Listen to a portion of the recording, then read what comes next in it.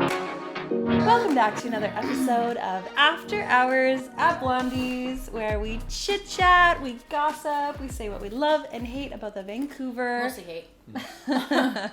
music scene, and I'm joined by my two best friends in the whole entire world, Papa Maze and Reid. We'll nail this introduction sometime, but yeah. Someday we'll get it. All right. So today's topic, and what I thought would be fun, is to discuss the infamous, the famous, the 24-year running music festival called Shambhala, held in Salmo, BC, which is about 8 or 9, sometimes 10 hours away from Vancouver, British Columbia, Canada. Mm-hmm. And we have thoughts. And we have many thoughts. So I went this year. Yeah. So how many times have you gone? Let's start with that. Okay, so I've been 3 times now. Okay. And you've been... Oh, fuck. I don't know. Oh. 6? Really? 7? That many, eh? Really? Yeah. Yeah. Wow, Yeah, that's and a I've been lot. 3 as well. 3 is a lot. Yeah. So we got a veteran Yeah. and then 2 Mid-level, whatever it average is. plebs. Yeah.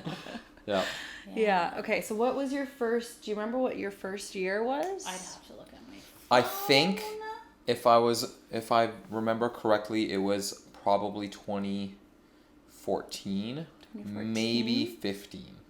15. Yeah. Okay, 15 was my first one. really Yeah. bad with timelines. Yeah. Oh, Trip and Fell, thank you so much for the sub. I really appreciate You that. tripped and fell into your page. Welcome in. Nice to see you. Yeah, I think it was 14 or 15. I'm going to lean 14, but 14? yeah. Okay, yeah, 14. My first year was 2015. And then I went 2017, and obviously this year. Yeah, I think 2017 might have been the second time. Yeah. I really want to answer Or was this it question. 2019? Yeah, take your No, time. 18? Is this all the way back for your Instagram? This is my Facebook. Oh my gosh. So funny. Yeah. Yeah. Anyway, my second time was probably roughly around the same time as yours. Yeah. And then And then your And Okay, then it I had did- to be like 2013 or 14. yeah, Really? which is Yeah. and I think you and I went the same time. Our first time, I think. So I've probably gone like 8 times then Yeah. because I Wow. only missed 2 years Right. since I That's it. started going. Yeah. So. No way. You in 2019 and 18? You in 2019 for Mudblock? Ever since I met Yeah. this motherfucker, I went every year, and I have a picture with him Who's in that? 2014. This guy that I fell in love with on Granville Street, Oh, got yeah? a tattoo with, and then went to Shambhala with. Oh, That's yeah. right. And then You're ever Okay. since right. he introduced me to Shambhala, I went every year except for COVID year. And Yeah, of course. This year. Yeah. Right. Yeah. Wow. Yeah. There you go. So Nuts. that's great. about. Well, the COVID year didn't happen at all either. It's Yeah, just no, like- it No, didn't. Yeah. It no, didn't, no. but, yeah. Except for COVID, which obviously. So. is Yeah. not. So yeah, I Interesting. think maybe I'm 14. the best at Shambhala. Yeah. Yeah. She wins. So she's the best. Anyways, thanks for coming. Yeah. Yeah. Bye everyone. I win. Just kidding. I win the rave. Yeah. Win the rave. So lots has changed. Let me tell you. You went last year. I went last Is year. what I we did go just last talked year, about. yeah. You have been 2019 was last year that you went, I guess. theoretically. No, you went last year. I don't No, know. Did you go last no, year? she didn't go. I did not go Oh, this okay. year, and I didn't go last year. Right, so but it I would've been went 19 maybe then. the year before. Yeah. Yeah. Mm-hmm. But that was canceled, right? I don't know. No, 2020 I Yeah. think was a canceled year. 2020 was the Yeah. canceled Yeah. Okay. COVID year. Yeah. I don't know. Yeah, so from my experience, like I feel like a lot of things has changed, and like the one, I guess we could start with like why we went and what we loved about Shambhala back in the day. So like 2015, I had never really been to like a big music festival before. I'd never really done any of those. I was literally so confused at my first like rave in the bush, like why people were asleep during the day. All day everybody slept, and I was like, this is really crazy. This is like, we're out camping, like shouldn't be walking around or going on a hike. And then I was like, okay, well, it's time for bed, and everybody starts emerging from their campsites. And This is your first time? this is my first time at the Rise and Shine Was this your first music festival? Music little shindig. Okay. So this is a year that I went to my very first Shambhala, and this happened a couple weeks before. And I was like, this is crazy. Like, why is everybody waking up at night and they're putting on their little outfits? And I'm like, I'm exhausted. I'm already going to bed. Yeah, because I think with Rise and Shine, the camping area and the stage area are very separated, right? So you probably didn't even see there was a stage or something. You're just like, oh, everybody's out camping. You were there, I think. We went to... it was I don't think 2015. No, I wasn't at that one. It was at the Dome. They had the Dome there, and it was on a house. There was a house there as well. Yeah, I did go to that one. I have pictures with you. No, I think my first one was like 2018 for Rise and Shine. Whatever that one was called, yeah. I can't remember. Like that Maybe was the it year I Rise started and seeing Shine. Jordan. Like I started seeing Jordan after that Rise and Shine. It must be different festivals. Maybe. Yeah. You So anyway, seeing Jordan. That's crazy. After the Rise and Shine. After the Rise. Okay, so whatever festival. So ago. What I'm trying to say is I didn't understand music festivals. I didn't get it. And then people started playing music at night and I was like, this is wild. This is crazy. I was like, all right, sure, let's go to Shambhala. And so we all pile in the car and we drive 8 hours and I'm stuck in this tiny little seat in the back of a Hummer, I think. I went with Tyree, Tice, what's her name? I think her name was Sarah or something like that. And Tyree's friend, Garrett. Mm-hmm. Yep, Garrett. And so we all piled in the car, went all the way to Sean's. I'm like, okay, perfect. And then you get to the line. Yeah. And we're sitting there in the line for 6 hours. I'm like, this is insane.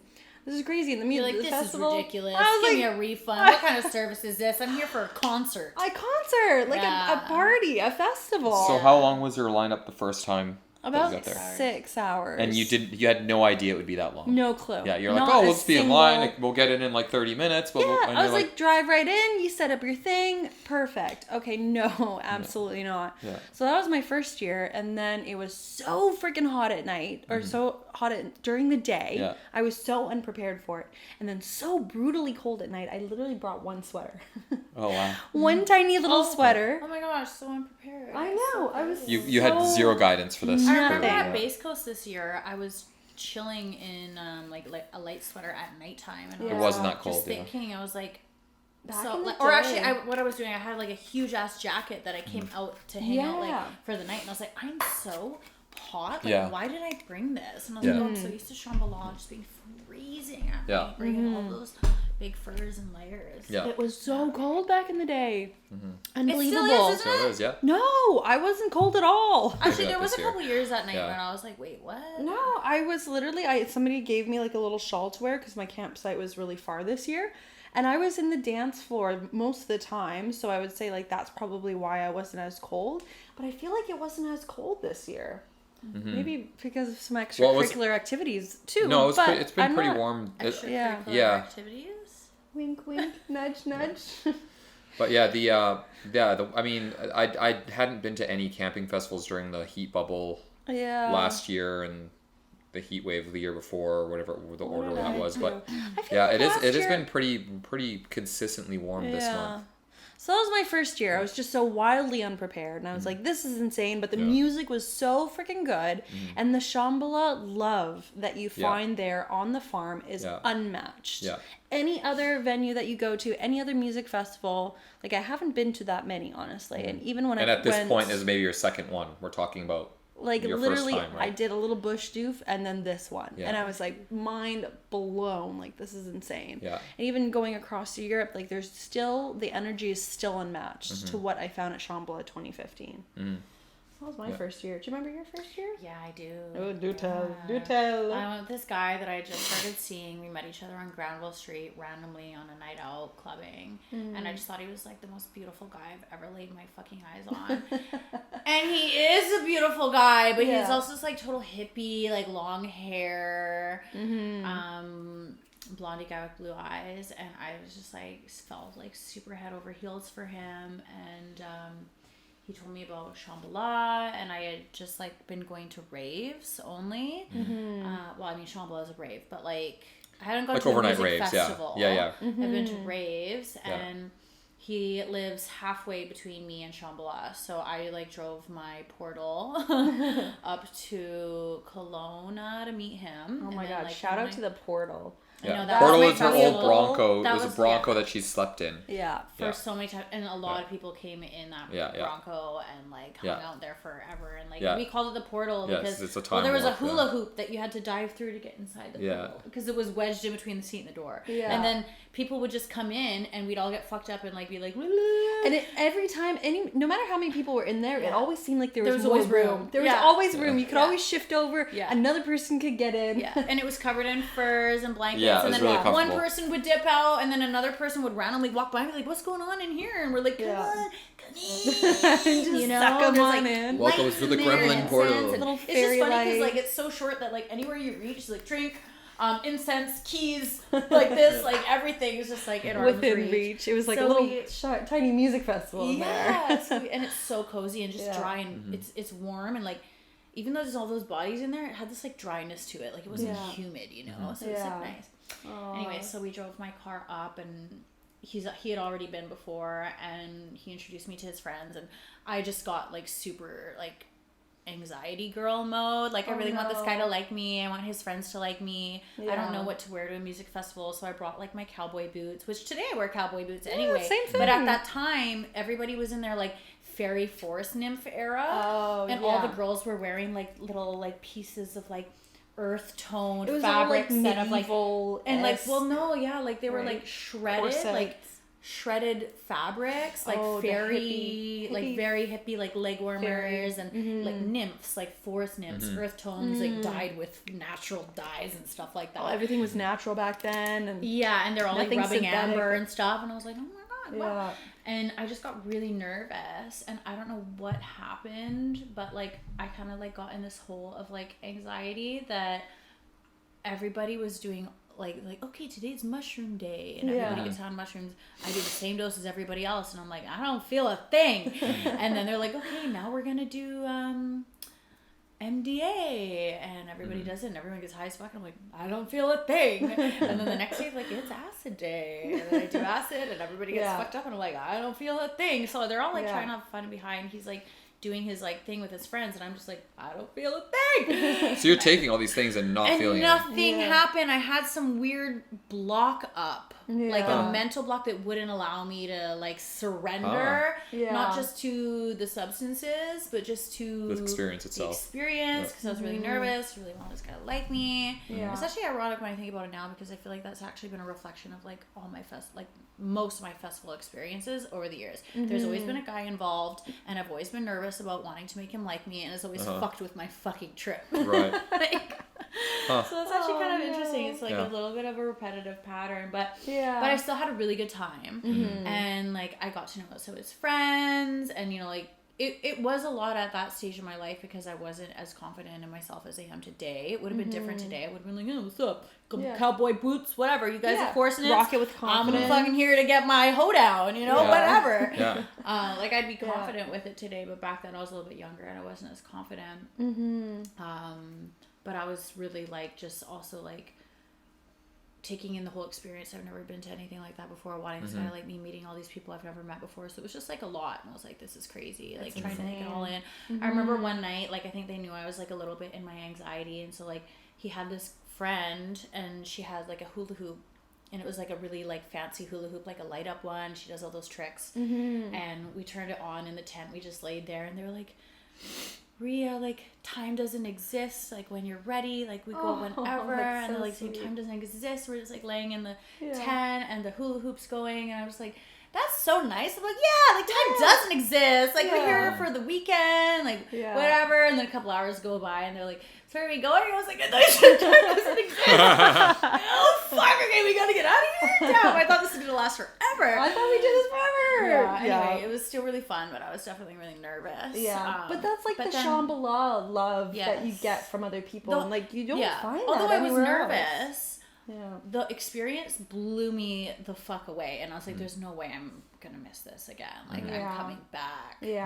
Yeah. And when I come back, I'm going to be ready. I know what to expect. Well, it's like, yeah, for the next year, then you know what you want to do. You know what you want to bring. You know what you want to, like, what your mission is. Because and you know what you need, too. You know the weather. You know the terrain. You know you need something with a lot of pockets. Put your lip chap in here. And you put your substances in there. You got to put your water bottle hook. You got to get a carabiner and hook it on that thing. You know, you got to have all your You're just walking around with, like, a huge, just, like, utility caravan just on your body of all the things that you need eventually. And you have your random little Play-Doh man in your pocket that somebody handed you, and then somebody else gave you this like random piece of stick, and you're like, oh, this is the best stick I've ever had in my life. Yeah, gotta keep there that, in that pocket. This pocket's got my stick. This one's got my Play-Doh man. This one's got my drugs. This one's got my money. This one's got my phone. Yeah.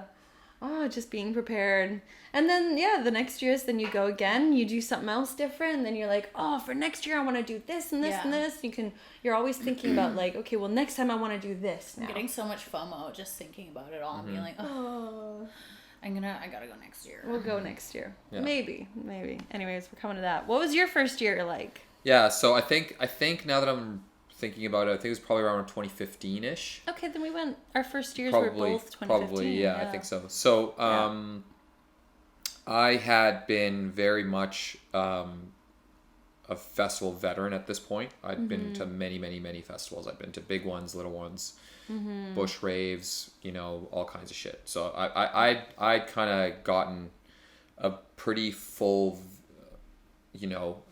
festival experience as far as that was concerned. As like, I didn't go in there with like fresh eyes. Because the other thing too is I knew everything about Shambhala since like 2010. Yeah. I always saw what artists were there, and I would always watch, what people posted or talk to people who've been to it. So I had a very good idea about what it was all about when I was there, as far as like how many stages were there and how long the lineups were and like what kind of camping situation to expect and all this other stuff. So I kind of had a lot of exposure to it prior to that. And I remember the first EDC I went to. How many times have you gone to EDC? 2. Yeah, 2. Yeah, 2011 and 2012. Would you go again? I would, but I'm not raring to go again. I'd rather do something I haven't done, like Tomorrowland or something Ultra, something like another big one like that I haven't done. We should do that. Yeah. We should do Ultra or something like that. Anyway, so I digress. But I remember one time we were in Vegas. There's a lot of different places. Tomorrowland. There's, Germany. There's. It's not Austria. No, it's in Germany. Brussels. Yeah, they just had it. Okay, either way, whatever. Anyway. I remember the one time I was I was in Vegas and we went to EDC, and I was doing all the lineups. The thing like we're gonna see this person this time, this person this time, this person this time, this person this time. And I remember a friend of mine who was there the next month. He's like, I remember what you did at EDC. I need you to help me do that for Shambhala. So he showed me the lineup, and it was like, okay, you're gonna go to this and this time, and this time.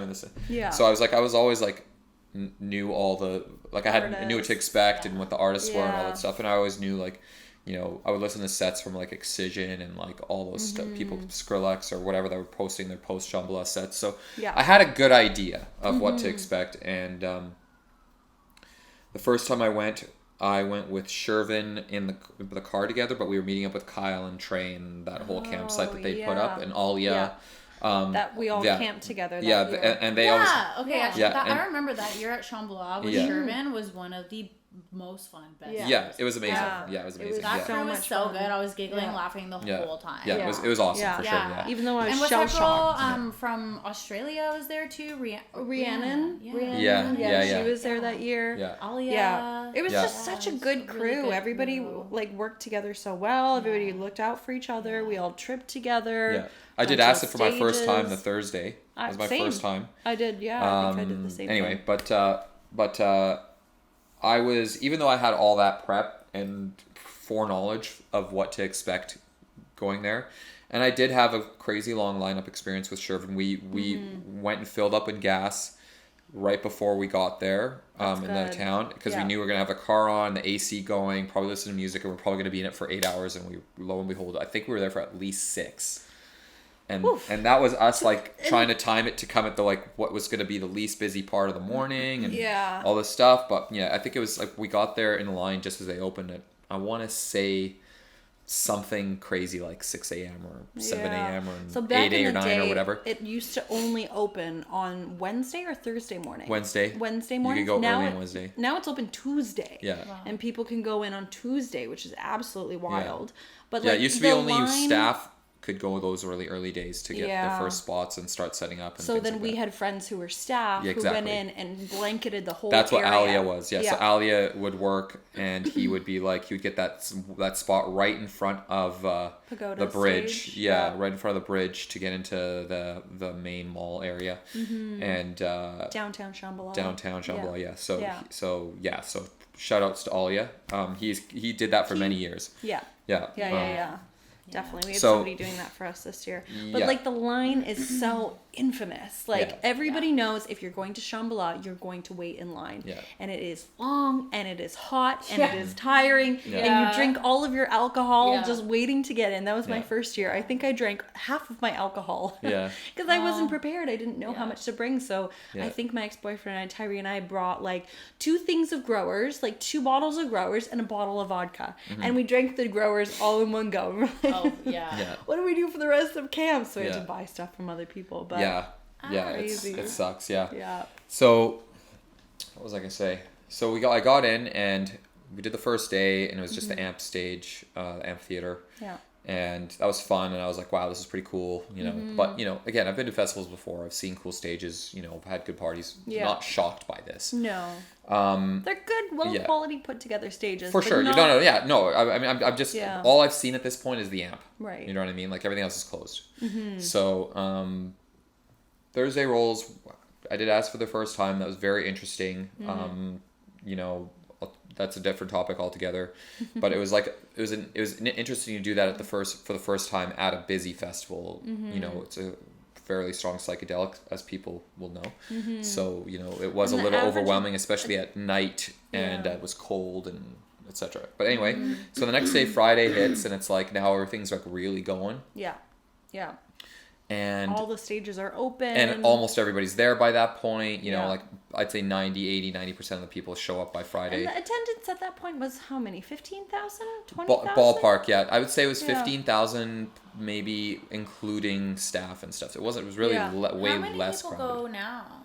Well, apparently, according to inside sources, this year capped out at 30,000. Yeah, which is insane. Which is double when we went in 2015. I just remember places just getting more and more difficult to get from one stage to the other, to like dance with the crowd. And that's a big thing for me. I do not like crowd. No. That first year that I went, that was one that we're talking about, I never at one point thought that any stage was too full. No. Never. Even if everybody was there. Yeah. You know, pagoda's full, but you could still get from one place to another with a little jostling and tapping and whatever, and there's room to dance and there's lots of room. Respectful of you moving through and that was when like the living room stage was a completely different thing. It was like a little DJ booth by the beach. Yeah. It was not a full blown stage that it is now. They redid that one. Yeah, it was just a little tiny. It was like an afterthought almost. Yeah, they're like, I guess we'll put it here for the people who are at the river. You know, like that was the. It was exactly that, just a borderline afterthought stage. Yeah. So it was like where you put like the locals that you just trying to give a little exposure to in the corner, playing like the Bass Coasty experimental shit. Yeah. Anyway, sorry to slag you, Bass Coast, again.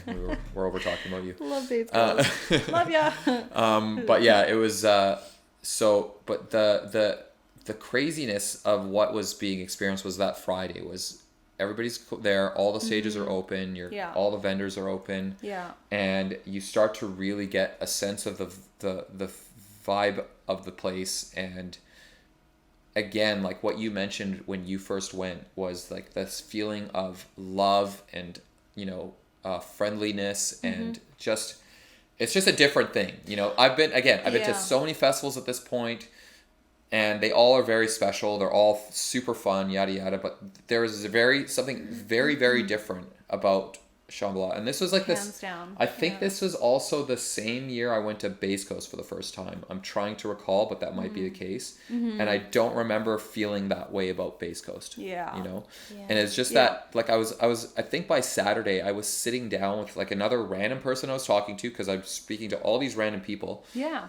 And having great conversations. You know, I ask them if I need something. They ask me for, like, it's like you don't need to know anybody. It's as if you know everybody there for your whole life. Yeah. You know, it's just such a open, loving thing. And I was talking to this one guy who had been there for many times before, and he's like, so what would be your biggest takeaway? Not maybe that wording of your experience so far. And I was like, I had to think about it, and I was like, the thing that I would say is I feel like I'm at a place with 10 or 15,000 people that I have never met that are all madly in love with each other. Yeah. Mm-hmm. You know, like just unconditionally in love with each other. Yeah. Everybody always had your back, you know, no matter what you needed. And that is something that I'd never experienced at any kind of organized thing in my entire life. And I would say that's probably the case with everybody. Yeah. You know, I don't think that's any place in the world is like that I could think of. I mean, I grew up very religious, and I would almost argue that was almost the closest thing. So I was very religious as a kid, stopped, got out of it, and then I would almost argue that Shambhala is the closest thing that you could get to that church bond experience. Relate on that. And I stepped into that world, and I was like, wow, and I felt goosebumps, and I felt like everyone cared about me, and I cared about everyone else. True, yeah. You know, and that's just how you move through Shambhala, with care, because you care about that person, they care about you. Yeah. Like you were saying, moving through the festivals, moving through the stages, interacting with the vendors and the people there, just the random interactions. You could look into somebody's eyes and smile, and they would smile and care back at you. Yeah. Yeah. I used to go... Sorry. No, go ahead. I used to go to this kids camp when I was a child for years for kids that have cancer, called Camp Good Times, because my sister had cancer, and we went to this summer camp religiously every year, and we look forward to it every year. And the experience at camp, like, you drive down the dirt road, and there's just a bunch of people wearing weird ass outfits with signs saying welcome home, and everybody remembered you from the year before, and they'd say my name, and you come out of the car, and it's just like, it was a place I've never felt like less judgment, where I felt like, you know, I felt so safe, and everybody was just weird. But a lot of people, you know, like, they're sick with cancer, so like they have their limitations and accessibility needs, and everybody was just so inclusive, and like that was like something so special that like I held so close to my heart, that it was not, it wasn't anything comparable to the real world. I'm like, nothing would ever be like this in the real world. You know, we did skits in front of the campfire on like a stage, and like everybody knows each other, and we're all laughing, and we get to know each other, and we have really serious, deep conversations, and then we have the weirdest, silliest moments.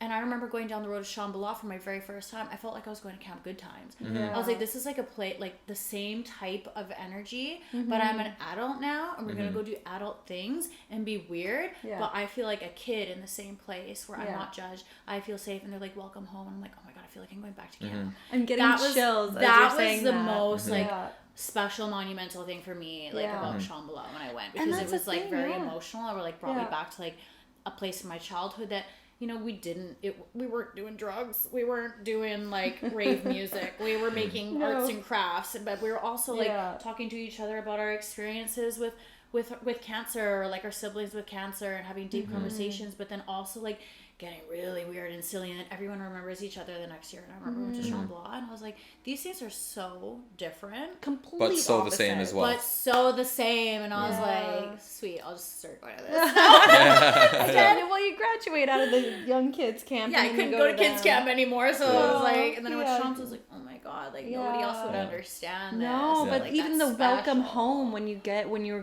driving through, you see the signs that say welcome home, like, and then on the farm, people are saying welcome home, welcome home, and like there's initiations of like the opening of the stages, and it's so beautiful and inclusive too, that, you know, you just feel like you're home. Yeah. You know, it's like this little taste on the tip of your tongue that you've been searching for your entire life, and you get to this place, and everybody who has had that searching of that little taste of home has finally found it. Yeah, I mean, you and I had this debate a long time ago. I don't know if you remember, but I was talking to the group chat, and I was saying that like things like music festivals and concerts are a religious experience, and you were like, well, that's not because religion, but it's not a religion. No, it's a religious experience, and the experience replaces religious experiences for people in modern day society where most of us don't practice traditional organized religion because it just doesn't make sense to a lot of people with the amount of I do whatever remember information. that But debate that we had. But when you talk about a religious experience, it's an evolutionary experience. It's like the things that we need, and I mean, I'll try to keep this short because we're going a bit of a tangent here, but the things that we have experienced throughout the tens to hundreds of thousands of years of our existence as human beings, things that are always constant are being in tribes and communities, and religion has always existed. It's not been the same religion, but religion has always existed. Yes. Every religion is ceremony. It's all coming together to believe in one thing, one idea. To have a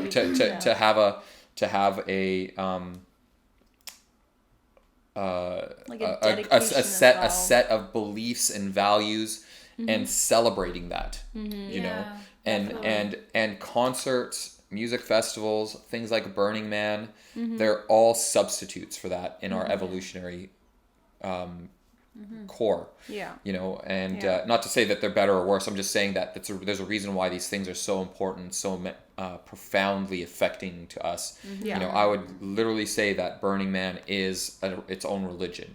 People who go there, they get converted. They have all these things that they now believe. And everybody goes on this one trip, like the pilgrimage to Mecca. Too, like one person in Burning Man and everybody just like circling them and like touching each other. And Shambhala is the same, because I know all these people that go to Shambhala, they go every year. They won't miss it. The amount of people that I know that have been 6, 7, 8, 10, 15 times. And they're always like, Shambhala changed my life. I've heard so many people say that. And it's like, for sure. as much as like, you're like, everybody says Come that. on. It's because it's true. Yeah, exactly. It changed all of our lives. It's definitely, there's an undeniable impact that it has, for sure. And I people who've watched this podcast have listened to me shit on Shambhala quite a bit, and I will always say that everybody should go at least once, because it is something that you cannot experience anywhere else. Not that I know of. I haven't heard of anybody else saying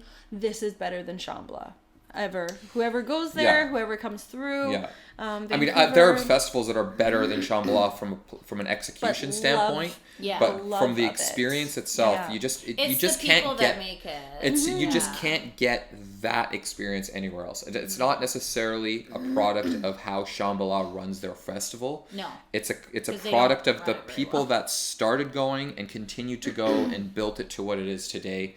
Those people that I just mentioned that have gone 10, 15, 20, that continue to go every time. That continue to, the people who work at those stages and curate them and can have been doing that the whole time and building their own a vision of what that needs to be and how that integrates with the rest of the festival. And and I remember my experience at that festival the first time was absolutely amazing, and the amount of great music that I heard there. Some of my favorite artists were there. The lineup was so stacked that I was constantly battling with conflicts, and the thing is that, as I said before, I'd always looked at the lineups and I'd help people with their schedules and which artists to see, especially if they're not that big in the scene. I would be like, okay, well, you want to see this, you'll want to see this if you like this music, blah, blah, blah, and this is the time. So I've done that many times. I've known the lineups, and I know how many times there's artist conflicts, because there's so many good big artists like that you really want to see, that you're just like, well, I have to sacrifice this if I go to that, or I have to sacrifice this. Well, if I'm going to go to this one, that means I maybe miss that one, but because I saw that one, it's a similar sound, I'll be okay to go to this one. And it's just like all these things you think about. And it's just, the music was so good, especially, it is a bass festival. It was there's such a variety as well. There's house music. I remember there was the first year that I went, there was so much tropical house at the Pagoda. I was like, what is all this tropical house? I hate tropical house. I still don't like tropical house. But it was like all that friggin' Odessa, boom, bing, bing, bing, bing, bing, and a lot of saxophone, and like all that fucking shit. And I'm just like, the gigantic, let's go. Shoot me now. It's just so annoying. Meanwhile, we're like, we're just like blown in the wind. Exactly. He's like, give me more excision. But it was like, but the thing is like, it just goes to show you, like, there's just so much variety, you know? There's so much for everyone. And I would say, arguably, the best music I've ever heard is at Shambhala. And still to this day, the artists who come bring their fucking A game. Absolutely A game for sure. A game. Yeah. Like, literally the best. Every time an artist talks about Shambhala, they're like, this is probably my favorite festival. And they're so lovingly amazed to be there too. Mm-hmm. You know, there were so many DJs that we heard about after that we just went to Shambhala just to experience Shambhala and just to be there. And they're big artists and stuff like that. But they just wanted to go there and experience a love and stuff like that. So most of the time when you get artists going to a festival, it's because they're paid to be there. Yeah. And it's not because they actually want to just enjoy the festival, but they want to go enjoy the music and stuff. And like, still to this day, like this year at Shambhala, the music, anywhere I went, 20 out of 10. I loved every single set that I was there for and running around for, and even just passing by, listening to a bit of Whipped Cream over here, and then, you know, whoever's at Grove in this stage and that stage, just unreal. Yeah. And so that, for me this year, that was definitely one of my highlights, is just listening to the high quality and high caliber of music. Like some artists, I did see both at Bass Coast this year and both at Bass Coast and Shambhala. And I would say like Justin Martin's actually one of them. And I was very lucky to be invited on stage just to like dance. And so I was really in the bubble of the artist and what he was trying to put out. And I would say arguably, like, you remember Justin Martin at Bass Coast this year. Yeah, so much fun. Even better at Shambhala. Like just the set and the vibes and everybody was there. And I don't know, maybe it's the people that are there. It definitely is the people that are there that contribute to the amazing vibe and attitude too. So it just brings the artists love of the music and how they're performing up too. And that's one thing that I really enjoyed about this year. The second year I went, which was I think the Mud Bala 2018. 19? Yeah. Everybody was talking about it. That was topic of conversation. Yeah, Mud Bala 2019 was again like another amazing lineup, like so many good artists. You know, you were never struggling to find something to listen to. No. You know? Not ever. And that was my biggest beef with last year, was that it was like the lineup. I mean, I looked at the lineup and I was like, this is embarrassing. Oh, okay. You know, last year. Yeah. I was like, this is embarrassing. This is not what we're supposed to get at this festival. No. You know, no. I would say this year the lineup it was way better for sure. Jestu and Pika were amazing. Sivs was amazing. Oh, just anybody. But that's great. But these are people that we can see here all the time. You know, I'm talking about from what are they bringing in? You know, what are they bringing in? John Summit was amazing. Sure, incredible. We've seen him twice this year in Vancouver, so yay. You know? I don't know. It was like, but you know what I mean. But it's just like it was just another. It was definitely a better lineup on paper this year, which I didn't go to. Spoiler alert, everybody. Yeah. But compared to last year, for sure. But it's not up to the standards that I got used to. You know, like that's a real shame. It's you know, like the amount of like AAA artists that Shambhala usually would have. They would probably have at least, I would say, anywhere between 3 to 9 AAA artists. Like people you're talking like $50,000 to $150,000 to book for an hour. You know, like they'd have tons of those. Yeah. Every day, at least 4 or 5. Yeah. You know? They maybe had 2 or 3 this year that were that level. Yeah. Definitely not. Exactly. It's not even close. Yeah. It's not even close. I mean, they're struggling after COVID. That is very clear in the fact that they're struggling after COVID because of the fact that there were 30,000 people on that farm. Cramming people but into the infrastructure infrastructure has stayed the same. Exactly. Same. That's the problem. Exact same. And so if anything, it's even more volunteers and less paid people, as far as I know. I have no idea. Yeah. I saw a lot of people commenting. They were just saying it was a fucking mess. It was a lot of people complaining. Okay, so here's the fucking mess. The lines were outrageous. Okay, let's now talk about your current experience. Yeah. So the lines were about half an hour to do anything. If you wanted to go get food, if you wanted to get water was not too bad, but then they would run out of water. So they had no water at some places in camp, and that was just unacceptable. People need it is so freaking hot there. You need water, and you need it to be supplied way more regularly. They ran out of ice a couple of times. Unacceptable. Water in whatever form, ice or water, you need to have just consistently running. Lines to get in. My friend, me and Byron waited 12 hours to get in. Insane. Had their car ripped apart because that is why you wait in the line for so long. It is a dry, quote unquote, dry festival. Shambhala, I'm sorry, go fuck yourself, but that has got to change. Because you cannot have people waiting outside in the hot sun with no access to food or water. There is or bathrooms. 22 hours. Well, actually, they have bathrooms now. They have bathrooms. They have a couple porta potties here and there, but they've always had that. Even my first year, I was like, this is outrageous that they have porta potties. Also, even the grassy fields, like they're not mowed. The dirt is fucking harsh. Like it's really like spiky. And it's super spiky, uneven. Like it's hard to even like walk on without shoes that cover your toes, you know? So you have to be protected, you have to have your wits about you, and to wait in line that long, I am just waiting, knock on wood, I never want this to happen, I am waiting for someone to pass away in line, and they will change that instantly. They will have more facilities to get people through in a timely fashion so that you're not waiting there forever. And then they run out of, which fair enough, you're not allowed to even like have all your cars go into the camping area. So then you have to camp or park your car. So that was the thing with my first time. Half an hour away. And cart all of your stuff to the campsite. So you're already waiting in line. They were waiting in line 12 hours. Parked half an hour away. Had to take 2 trips.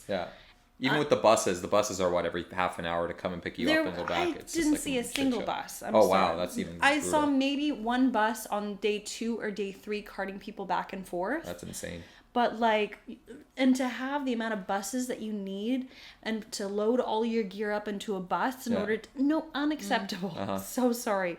If you need to be able to drop your stuff off and fine, go park. And that's an honor system. You know, if there's room to park your car there, then there should be room to park your car there. Well, the thing is my first Shambhala, I literally drove my car to my campsite, parked it there, and put my tent there. And so did everybody else. And that was in twilight.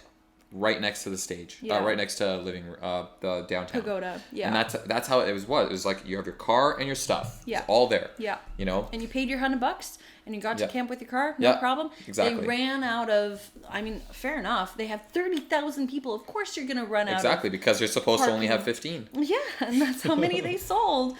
But like. There was room for more cars, but then I saw people even walking around on day 2 or 3 being like, these cars shouldn't be here. Who owns them? We have to move them. People are partying. I am so sorry. That is so dangerous. And like that was security walking around doing that. I saw these memes about this one lady who was a huge grump. Oh, I bet that was a lady. She had this headset on. Yeah, she was yelling at people to get off the road. So one thing that they did this year, which I did really appreciate, is they reorganized the road. So you have a road for little buggy vehicles and then road to like walk on, which was I think better. But then she would yell at people. She would just stand there, get off the road. There's nobody coming. Like, what about common sense? What happened to that? You know, she's a rule Nazi. I don't know. Anyways. Apparently she was coming up and like grabbing people's drinks out of their hands, like dumping it out in front of them. I mean, it is a dry festival, but it's Shambhala. Once you're in, everything. The whole dry festival is such a hypocrisy because they literally have bars behind the stages. Yes. They literally have bars behind the stages. If you're going to do that, triple go fuck yourself.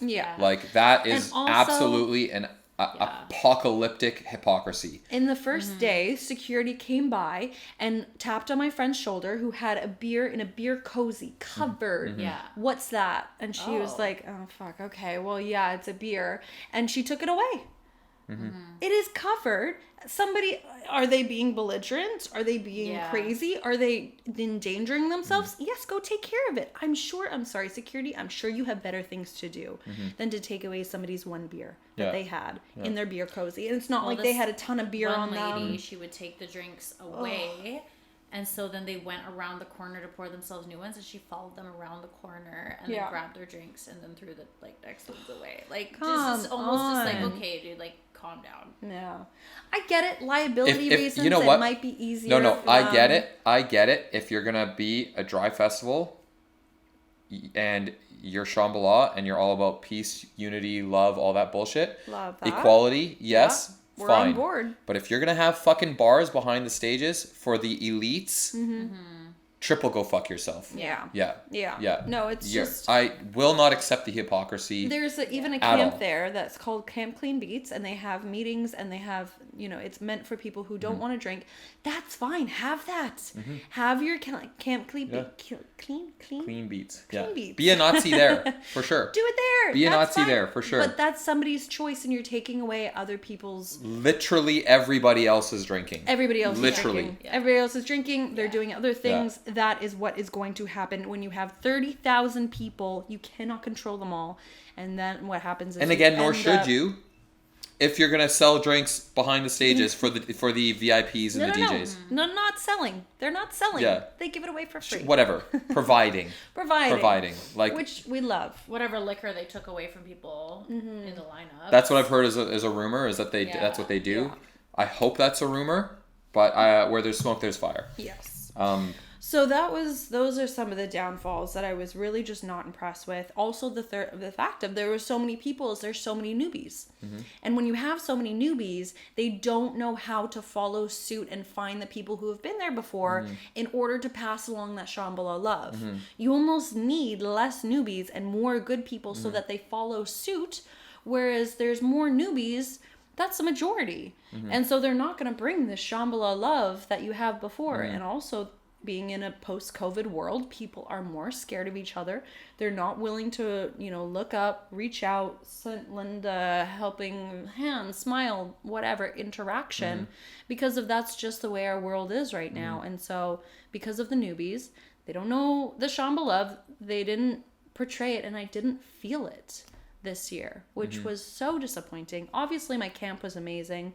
Like, we're great. We had so much fun. We brought the vibes, but as soon as you go walk around, I felt so isolated. It feels like despite Shambhala's best efforts to ruin their festival, it still goes on quite well. Very well. And then again, that's not a product of the Shambhala's ability to organize. It's the ability of the people who go there regularly, as well as the people who curate the stages and the art direction, etc., etc. Because the people that truly are there to do the festival thing that they want to do, and not nickel and dime people for money and fucking rule Nazi hypocrisy, like all the massive disorganization. You're charging all this money for a festival, and then not hiring staff. You're just like, volunteers, tons of. And 90% of your workforce is volunteers. People will volunteer to Shams because they know they have time off. Yeah, but they're also the same kind of people that are not going to put in 100% effort to make it go well. No, of course. And Shams is perfect. We'll take and also, it's so hot during the day; it's impossible to sleep. So if you have a nighttime shift, you are messed up because you cannot sleep. Yeah. I'm sorry, unless you have a air conditioned trailer. Yeah, you're not sleeping. Or you're in during the day. The hyper exclusive Bella Lux tent that happens to be in shade 24 hours. Or you're an artist or something like that. Even they don't have shade. Yeah, they do. They're in the trees. Yeah, it's not as much though. Not as much. But the thing is they usually build canopies upon canopies upon canopies upon canopies, but canopies still gets pretty fucking hot underneath there. Yeah, so that was really unfortunate. I mean, the people who even with saying that, the people who are behind the stages and working behind the stages and working with the artists and everything like that, they have the experience and they have all the Shambhala. So you can, so that's where I found a lot of like the good vibes and the good people, is being behind stages or being a part of artist camping and stuff like that, because I know all of them. They invited me there. I was able to be there. And I loved it because they're all the people who have been there before, and they have the Shambhala, and like all of our friends are amazing. So that's where I found it was absolutely amazing. And then seeing just the like crazy contrast walking down the street, and then the music being amazing, being able to go on stage and watch Don Summit on stage, and we walked him around the festival after with Nicole, and that was just wild, like so freaking cool. So it's like, if you want, whatever you make of Shambhala, they say whatever you make of Shambhala, make it your own, you know. You really do have the control of being able to kind of get in these really wild, wacky situations too, if you really want to put yourself in them. I mean, the thing is though, is you're very lucky to be who you are and know the people that you do. So lucky. And not that you don't earn it. You did earn it. Thank you. But like the average new person's not going to have the same They're level not going to experience. have that experience, but like they'll still enjoy Shambhala. I'd like to think so.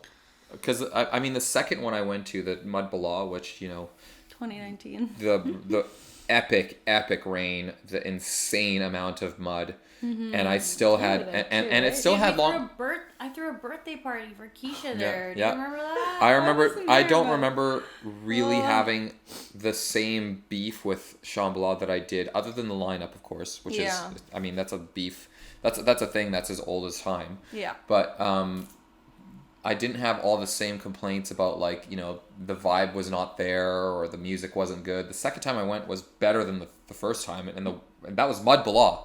Yeah. 2017 was awesome. Yeah, as Mud Bala, I literally the entire day was torrential rain. Like during the day, you just were. I was literally in my tent for like 8 hours a day. Yeah. Not leaving my tent because it was raining. Pouring rain. Pouring rain. Dipping in the river. Yeah, but you know what I mean. Like, there's every reason to like complain about that, and it still was like, we'd be out in the stages wearing rain ponchos. Yeah, and just having a great time. Yeah. So.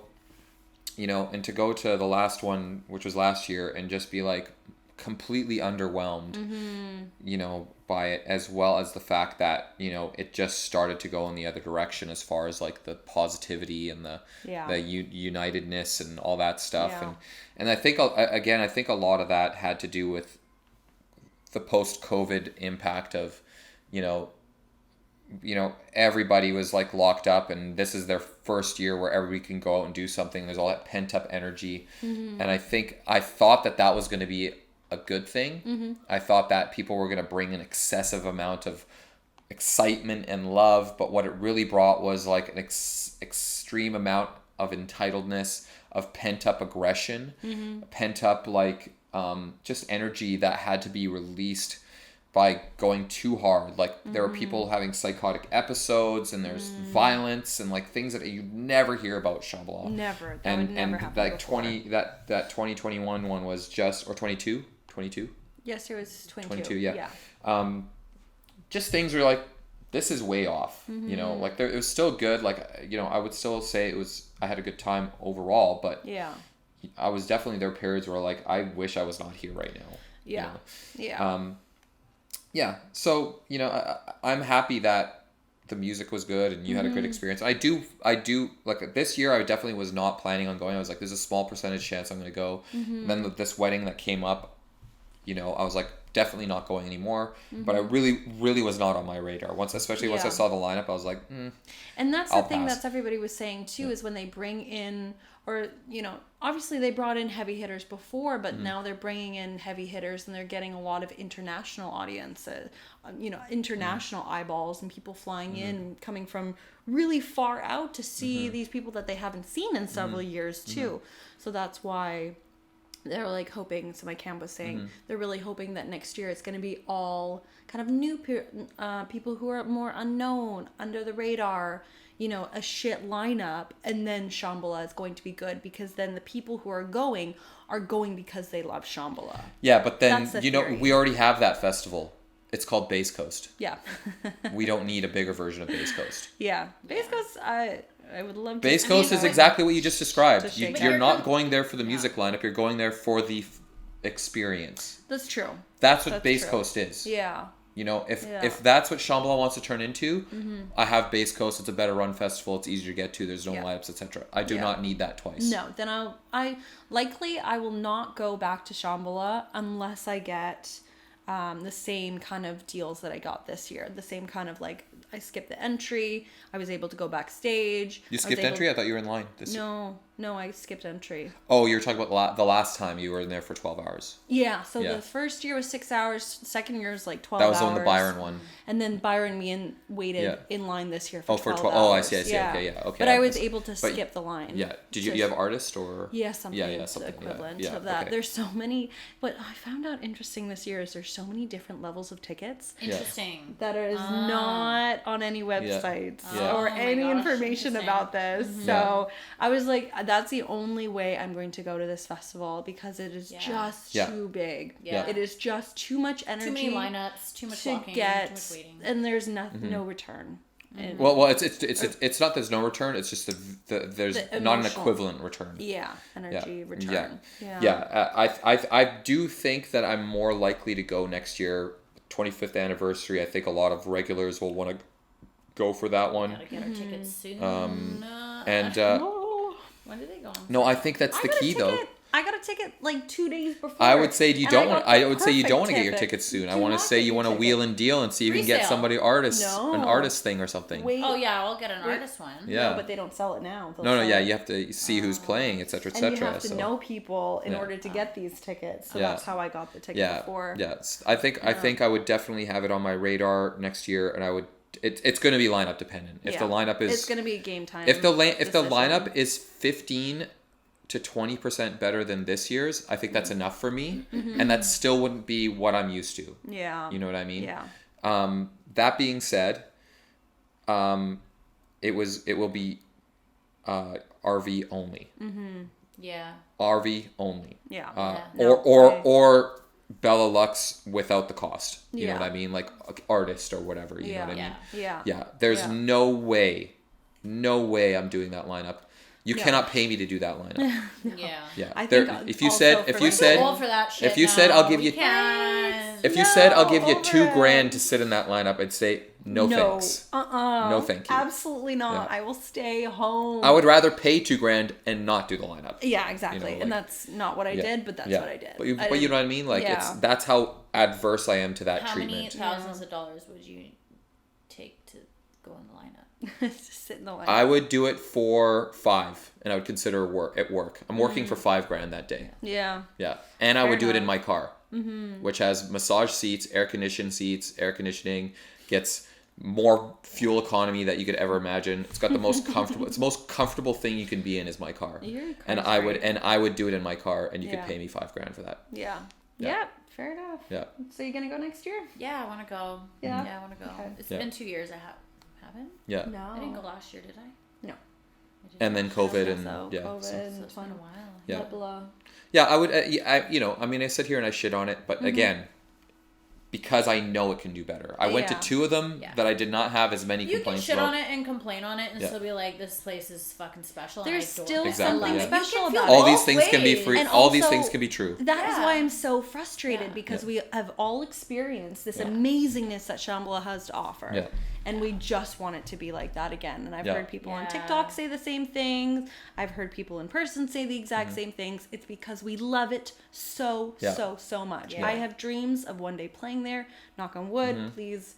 Rave gods, if you're listening out there, I love this festival, and I want it to be the best that it could be. Yeah. Because it has been there. You can do it again. When you've done something, do it again. Yeah. And that's what I hope for next year. Yep. I think that's a good place to end. I'll drink to that.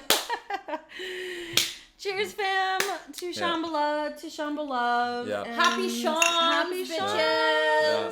You know, and we'll see where we're at that next year. Yeah, exactly. Yeah. Definitely had major FOMO, just from this conversation. I'm like, why did I wait? And I'm like, no, I wanted to work, but next year. next year would be. I'll make it happen. Yep. Yeah, we'll make it happen. Well, thank you for joining me. Thank you for joining me out there, everyone. Bobcat, you have been incredible. Welcome to our new followers. We are streaming live, recording this live on Twitch every single Wednesday at 7 p.m. with my two best friends. What? Oh. Yeah, this is so funny. Wednesday, 7 p.m. Yep. Okay, yeah, Wednesday, 7 p.m. 2 p.m. There's a lot of emphasis on the time. Oh, we're both late. At Whatever. 7 p.m. I was early! Yeah. She was 3 minutes early. You were 3 minutes late. You know what? I was making dinner. It's fine. And then I'll post this on Spotify. So follow our Instagrams as well. Thank you so much for the follows. Top Chickens. Cheers. And we'll see you guys next week.